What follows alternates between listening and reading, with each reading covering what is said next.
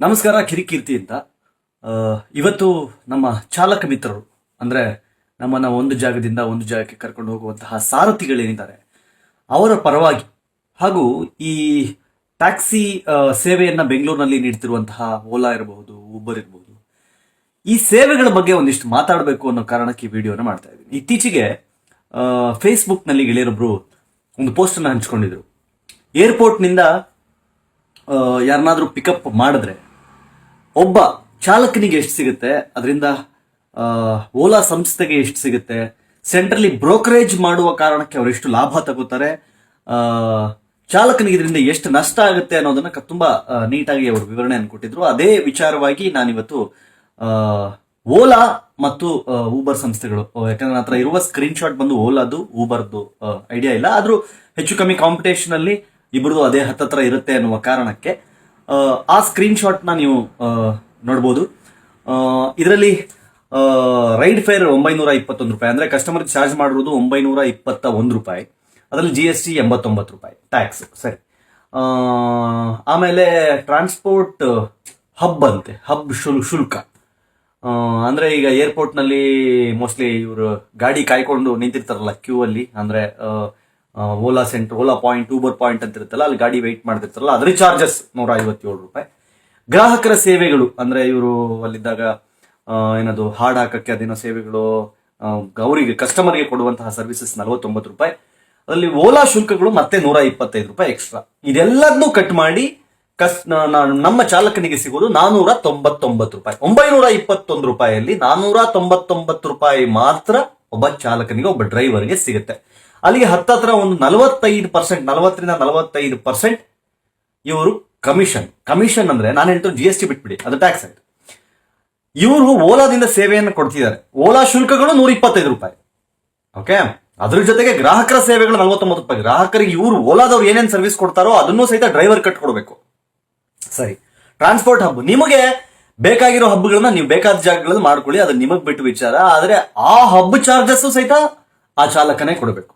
ಅವನು ಆ screen shot ಅಲ್ಲಿ ನೋಡಿದ್ರೆ 50 ಕಿಲೋಮೀಟರ್ ಹತ್ತತ್ರ ಗಾಡಿ ಓಡಿಸಿದಾರೆ. 50 ಕಿಲೋಮೀಟರ್ ಓಡಿಸೋದಕ್ಕೆ ಆ ಗಾಡಿ ಒಂದು ಮೈಲೇಜ್ ಒಂದು 12ರಿಂದ 13 ಕೊಡುತ್ತೆ ಅಂದ್ರೆ ಒಂದು 3.5ರಿಂದ 4 ಲೀಟರ್ ಡೀಸೆಲ್ ಬೇಕಾಗಬಹುದು ಅಂತ ಅಂದ್ಕೊಂಡ್ರೆ, 1 ಲೀಟರ್ ಡೀಸೆಲ್ ಏನಿದೆ 65 ರೇಂಜ್ ಅಲ್ಲಿ ಇದೆ.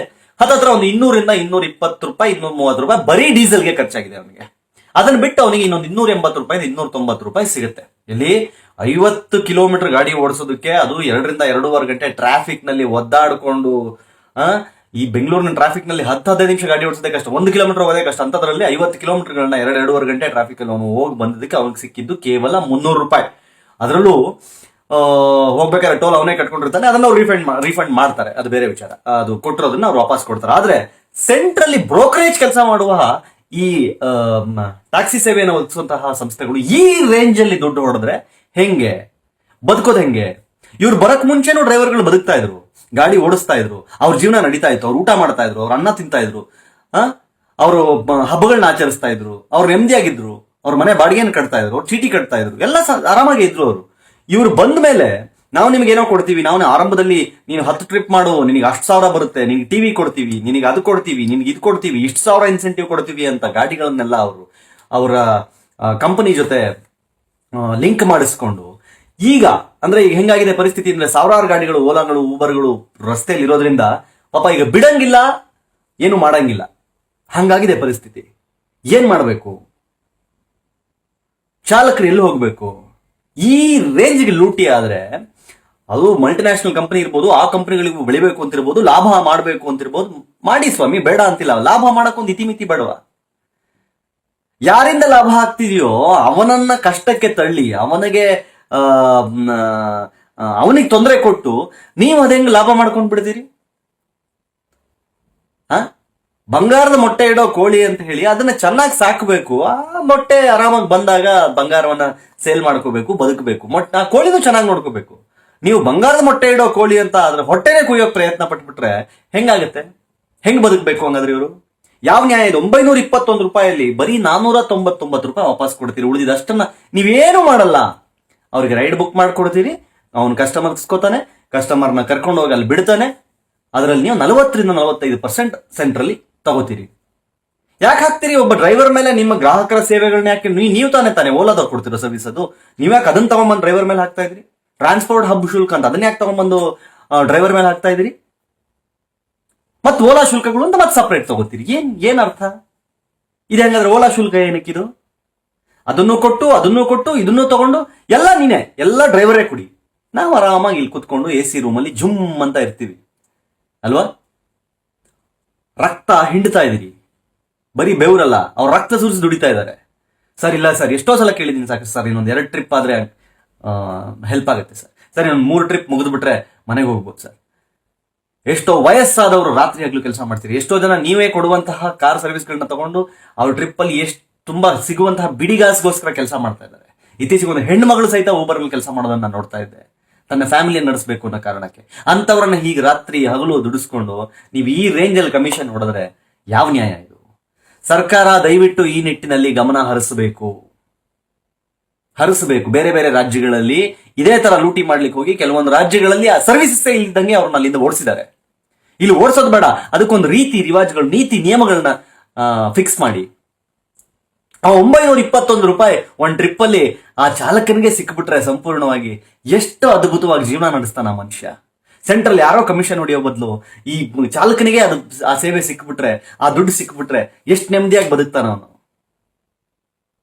ಸಾವಿರಾರು ಕಾರ್ಗಳಿದೆ, ಸಾವಿರಾರು ಟ್ಯಾಕ್ಸಿ ಚಾಲಕರಿದ್ದಾರೆ, ಸಾವಿರಾರು ಜನ ಅದನ್ನ ಈ ಊಬರ್ ಮತ್ತು ಓಲಾನ ನೆಚ್ಕೊಂಡಿದ್ದಾರೆ, ಒಪ್ಕೋತೀವಿ ನಾವು. ಅವರ ವಿರುದ್ಧ ಎಷ್ಟೋ ಸ್ಟ್ರೈಕ್ಗಳಾಯ್ತು, ಏನಾಯ್ತು? ಪರಿಹಾರ ಸಿಗ್ಲಿಲ್ಲ. ಈಗ ಹೆಂಗಾಗಿದೆ ಅಂತಂದ್ರೆ ಹೋಗಿ ಸುಳಿಲ್ ಸಿಗಾಕೊಂಡು ಆಗ್ಬಿಟ್ಟಿದೆ. ಏನ್ ಮಾಡಕ್ಕಾಗಲ್ಲ, ಕಷ್ಟಪಟ್ಟು ಈಚ್ಕೊಂಡು ಮೇಲ್ ಬರೋ ಪ್ರಯತ್ನಗಳನ್ನ ಅವ್ರು ಮಾಡ್ತಾನೆ ಇರ್ಬೇಕಷ್ಟೇ. ಆದ್ರೆ ಆ ಸುಳಿ ತಿರುಗ್ತಾನೆ ಇರ್ಬೇಕು, ಒದ್ದಾಡ್ತಾನೆ ಇರ್ಬೇಕು. ಸರ್ಕಾರದವರು ದಯವಿಟ್ಟು ಒಂದು ಮೀಟರ್ ವ್ಯವಸ್ಥೆಯನ್ನು ತನ್ನಿ. ಇಲ್ಲ ಅಂತಂದ್ರೆ ಮೀಟರ್ ವ್ಯವಸ್ಥೆಯನ್ನು ತಂದು ಎಷ್ಟಾನ ಓಡಾಡ್ಲಿ. ಆಟೋ ಒಂದು ಮೀಟರ್ ವ್ಯವಸ್ಥೆ ಹೆಂಗಿದೆಯೋ ಹಾಗೆ ಇಂತಹ ಟ್ಯಾಕ್ಸಿಗಳಿಗೆ ಒಂದು ಮೀಟರ್ ವ್ಯವಸ್ಥೆ ಅಂತಂದು ಬೆಂಗಳೂರು ಅಂತಹ ನಗರದಲ್ಲಿ ಪ್ರತಿದಿನ ಸಾವಿರಾರು ಜನ ಸಾವಿರಾರು ಟ್ರಿಪ್ಗಳನ್ನ ಮಾಡ್ತಾರೆ. ಅವರುಗಳಿಗೆ ಲಾಭ ಆಗ್ಲಿ. ಯಾರೋ ತಿನ್ನೋದನ್ನ ನಮ್ಮ ಟ್ಯಾಕ್ಸಿ ಡ್ರೈವರ್ಗಳು ತಿನ್ಲಿ, ನಮ್ಮ ಚಾಲಕರು ತಿನ್ಲಿ, ನಮ್ಮ ಸಾರಥಿಗಳು ತಿನ್ಲಿ. ಅವ್ರ ಕುಟುಂಬ ನೆಮ್ಮದಿಯಾಗಿರ್ಲಿ, ಅವ್ರ ಹೆಂಡತಿ, ಅವ್ರ ಮಕ್ಕಳು, ಅವರಪ್ಪ, ಅವರಮ್ಮ ಅವ್ರು ಖುಷಿ ಪಡ್ಲಿ. ಸಾಯಂಕಾಲ ಮನೆಗೆ ಹೋದಾಗ ಇಡೀ ದಿನ ನಾನು ಒಂದು 15,000 ದುಡ್ದೆ, ಆದ್ರೆ ನನಗೆ ಬಂದಿದ್ರಲ್ಲಿ 7,000 to 8,000 ಅಷ್ಟೇ. ಅದ್ರಲ್ಲಿ ಡೀಸೆಲ್ಗೆ ಇಷ್ಟು ಹೋಯ್ತು, ಅದಕ್ಕಿಷ್ಟು ಹೋಯ್ತು, ಇದಕ್ಕಿಷ್ಟು ಹೋಯ್ತು, ಸಾಲ ಮಾಡಿ ಗಾಡಿ ತಗೊಂಡಿದ್ದೀನಿ, ಅದ್ರ EMI ಕಟ್ಟಬೇಕು. ಸೆಂಟ್ರಲ್ಲಿ ಯಾವಾಗ್ಲೋ ಪಂಚರ್ ಆಗುತ್ತೆ, ಯಾವಾಗ್ಲೋ ಸಮಸ್ಯೆ ಆಗುತ್ತೆ, ಇನ್ನೊಂದೇನೋ ಗಾಡಿ ಎಲ್ಲೋ ಕೈ ಕೊಡುತ್ತೆ. ಇವೆಲ್ಲವನ್ನ ಅವನೇ ನಿಭಾಯಿಸ್ಕೊಂಡು ಅವ್ರಿಗೆ ಇಷ್ಟೆಲ್ಲ ದುಡ್ಡು ಕೊಡಬೇಕು ಅಂತಂದ್ರೆ ಪ್ರತಿ ಟ್ರಿಪ್ ನಲ್ಲಿ ಇಷ್ಟೆಲ್ಲ ಅನ್ಯಾಯ ಆಗುತ್ತೆ ಅಂತಂದ್ರೆ ಹೆಂಗ್ ಸಹಿಸ್ಕೊಳ್ಳೋದು? ಹೌದು, ಈಗ ಹೇಳ್ಬೋದು, ಇಲ್ಲ ಇದು ಏರ್ಪೋರ್ಟ್ ಟ್ರಿಪ್ ಅಲ್ಲಿ ಮಾತ್ರ ಹಿಂಗಾಗುತ್ತೆ ಅಂತ. ಏರ್ಪೋರ್ಟ್ ಟ್ರಿಪ್ ನ ಹೊರತುಪಡಿಸಿಯೂ ಬೇರೆ ಸಮಯದಲ್ಲಿ ನೀವು ಕನಿಷ್ಠಾತಿ ಕನಿಷ್ಠ ಅಂತ 25 to 35% ತನಕ ಅಂತೂ ಕಮಿಷನ್ ತಗೊಂಡೇ ತಗೋತೀರಿ. ಸಾಕಷ್ಟು ಜನ ಆಟೋ ಡ್ರೈವರ್ಗಳು ನಾನೇ ನೋಡಿದೀನಿ. ಸರ್ ನಿಲ್ಸಿದ ತಕ್ಷಣ, ನೋಡಿ ಸರ್ ನಿಮಗೆ ಇಷ್ಟ ಆಯ್ತು, ಈ ನನ್ನ ಮಕ್ಕಳು ನಮಗೆ ಕೊಡೋದು ಇಷ್ಟೇ ಅಂತ ಹೇಳಿರೋದನ್ನ ನಾನು ಕೇಳಿದ್ದೀನಿ. ಯಾಕೆ ಇಂತಹ ಅನ್ಯಾಯವನ್ನ ನೀವು ಟ್ಯಾಕ್ಸಿ ಸರ್ವಿಸಸ್ ಅನ್ನು ಕೊಡುವಂತಹ ಕಂಪನಿಗಳು ಮಾಡ್ತಿದ್ದೀರಿ? ಹಾಗೆ ಚಾಲಕರನ್ನ ಟ್ರಾನ್ಸ್ಪೋರ್ಟ್ ಮಿನಿಸ್ಟ್ರಿ ಆಗಿದ್ರೆ ದಯವಿಟ್ಟು ಇದರ ಬಗ್ಗೆ ಗಮನ ಹರಿಸಿ ಒಂದು ಪರಿಹಾರವನ್ನ ಕೊಟ್ರೆ ಎಷ್ಟೋ ಸಾವಿರ ಕುಟುಂಬಗಳು, ನಾನು ಹೇಳ್ತೀನಿ ಕೇಳಿ, ನಾಳೆ ಓಲಾ ಇಲ್ಲ ಅಥವಾ ಊಬರ್ ಇಲ್ಲ ಅಂದ ಮಾತ್ರಕ್ಕೆ ಜನ ಏನು ಓಡಾಡೋದನ್ನ ನಿಲ್ಸೋದಿಲ್ಲ. ಅದಕ್ಕೆ ಆಲ್ಟರ್ನೇಟಿವ್ಸ್ ಇದ್ದೇ ಇರುತ್ತೆ. ಇದು ಬರಕ್ ಮುಂಚೆನೂ ಜನ ಓಡಾಡ್ತಾ ಇದ್ರು, ಟ್ಯಾಕ್ಸಿಗಳು ಓಡಾಡ್ತಾ ಇತ್ತು ರಸ್ತೆಯಲ್ಲಿ. ಇವತ್ತು ಬೆಂಗಳೂರಿನಂತಹ ನಗರದಲ್ಲಿ ಟ್ಯಾಕ್ಸಿ ಮೇಲೆ ಡಿಪೆಂಡ್ ಆಗಿರುವಂತಹ ಲಕ್ಷಾಂತರ ಜನ ಇದ್ದಾರೆ. ಅವರಿಗೆಲ್ಲ ಈ ಸೇವೆಗಳು ಹೆಂಗಿದ್ರು ಬೇಕು. ಅದಕ್ಕೊಂದು ಆಲ್ಟರ್ನೇಟಿವ್ ಏನ್ ಮಾಡ್ಬೋದು ಸರ್ಕಾರದಿಂದ? ಈ ಲೂಟಿಯನ್ನ ನಿಲ್ಲಿಸ್ಲಿಕ್ಕೆ ಏನ್ ಮಾಡ್ಬೋದು? ಓಲಾ ಮತ್ತು ಊಬರ್ ಸಂಸ್ಥೆ ಅವ್ರನ್ನ ಕರೆಸಿ, ಇಲ್ಲ ಹಿಂಗಿಂಗೆ ಅಂತ ಅವ್ರಿಗೊಂದು ಫಿಕ್ಸ್ ಮಾಡಿ, ಇಷ್ಟಿಷ್ಟೇ ತಗೋಬೇಕು, ಇಷ್ಟಿಷ್ಟೇ ನೀವು ಕೊಡಬೇಕು ಅನ್ನೋದನ್ನ ಅವ್ರಿಗೆ ಕಟ್ಟುನಿಟ್ಟಾಗಿ ಹೇಳ್ತಿರೋ, ಅಥವಾ ಸರ್ಕಾರವೇ ಇದಕ್ಕೊಂದು ಯೋಜನೆಯನ್ನು ರೂಪಿಸಿ ಏನಾದ್ರೂ ಒಂದು ಒಳ್ಳೆ ವ್ಯವಸ್ಥೆಯಲ್ಲಿ ನಮ್ಮ ಚಾಲಕರಿಗೆ ಸಹಾಯವಾಗ ಹಾಗೆ, ಅವ್ರು ದುಡಿಯೋ ದುಡ್ಡು ಅವ್ರ ಜೋಬಿಗೆ ಹೋಗೋ ಹಾಗೆ, ಅವ್ರ ಕುಟುಂಬಕ್ಕೆ ಸೇರೋ ಹಾಗೆ ಮಾಡೋಕೆ ಸಾಧ್ಯ ಇದೆಯಾ ಅನ್ನೋದನ್ನ ಸರ್ಕಾರ ಗಮನ ಹರಿಸಿ ನಮ್ಮ ಚಾಲಕರಿಗೆ ನ್ಯಾಯ ಒದಗಿಸ್ಬೇಕು. ಇಲ್ಲ ಅಂತಂದ್ರೆ ಈ ಲೂಟಿ, ಈ ಸುಲಿಗೆ ಇನ್ನೂ ಜಾಸ್ತಿ ಆಗುತ್ತೆ. ನಮ್ಮ ಚಾಲಕರ ಕಷ್ಟ, ನಮ್ಮ ಡ್ರೈವರ್ಗಳ ಬದುಕು ಸಿಕ್ಕಾಬಟ್ಟೆ ಸಂಕಷ್ಟಕ್ಕೆ ಸಿಲುಕ. ಹಾಗಾಗದೇ ಇರಲಿ, ಸರ್ಕಾರ ಖಂಡಿತವಾಗ್ಲೂ ಇದ್ರ ಬಗ್ಗೆ ಗಮನ ಹರಿಸುತ್ತೆ ಅಂತ ಅನ್ಕೊಂಡಿದ್ದೀನಿ. ಚಾಲಕರೇ, ನೀವು ಏನು ನೊಂದಿದಿರಿ ಅದು ಖಂಡಿತವಾಗ್ಲೂ ಅರ್ಥವಾಗಿಯೇ ಈ ವಿಡಿಯೋನ ನಾನು ಮಾಡ್ತಾ ಇದ್ದೀನಿ. ಖಂಡಿತವಾಗ್ಲೂ ಎಲ್ಲಿಗೆ ತಲುಪುತ್ತೋ ಅಲ್ಲಿಗೆ ತಲುಪುತ್ತೆ ಅಂತ ನಾನು ಅನ್ಕೊಂಡಿದ್ದೀನಿ. ಆದಷ್ಟು ಬೇಗನೆ ನಿಮ್ಮ ಈ ನೋವೇನಿದೆ, ಈ ಕಷ್ಟ ಏನಿದೆ, ಅದಕ್ಕೆ ಪರಿಹಾರ ಸಿಗ್ಲಿ. ನ್ಯಾಯಯುತವಾದ ಬೆಲೆ ನಿಮ್ಮ ಪ್ರತಿ ಟ್ರಿಪ್ಗೂ ನಿಮ್ಗೆ ಸಿಗ್ಲಿ ಅನ್ನೋದು ನನ್ನ ಆಶಯ. ನಮಸ್ಕಾರ.